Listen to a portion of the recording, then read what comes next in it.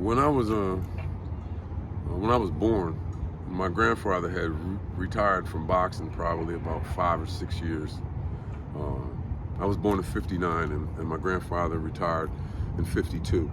So when I was born, he was 46, and so he was a young grandfather. My dad was like 20 when I was born, and I'm his oldest grandson. I have two cousins that are older than me. They're my cousin Monica and my cousin Karen.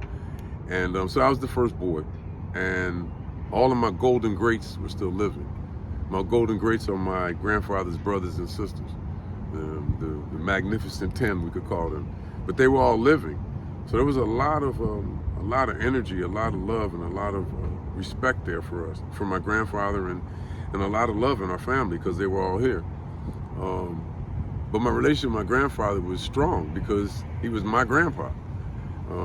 So as I grew up, and over the years I studied boxing, I read everything I could read about it, and I'm kind of a boxing historian. I know boxing pretty well, the history of it, the fighters, the champions, etc. And so over the years I started collecting images, pictures, anything I could get my hands on that showed parts of his career. And when I moved back to New Jersey, I had put all of the pictures of him that I had all in my basement, all in my rec room.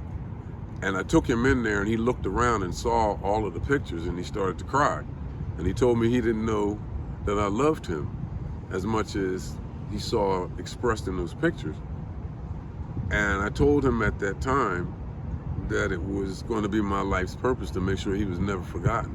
I said, one day I'll show these pictures to students in high schools, or people that need a little bit of inspiration will draw it from me telling them a story about, what made you who you are. And so that was pretty much it. I've been on this journey to fulfill that promise to him. I was able to be involved in the first book, the only book that's been written about him. And this mission here began about 10 years ago when we saw the Rocky Marciano statue raised in Brockton. And it was magnificent. It was a tremendous tribute. And when my brother and I came back from Brockton, I promised him that we would find our way to do the same type of tribute for our grandfather.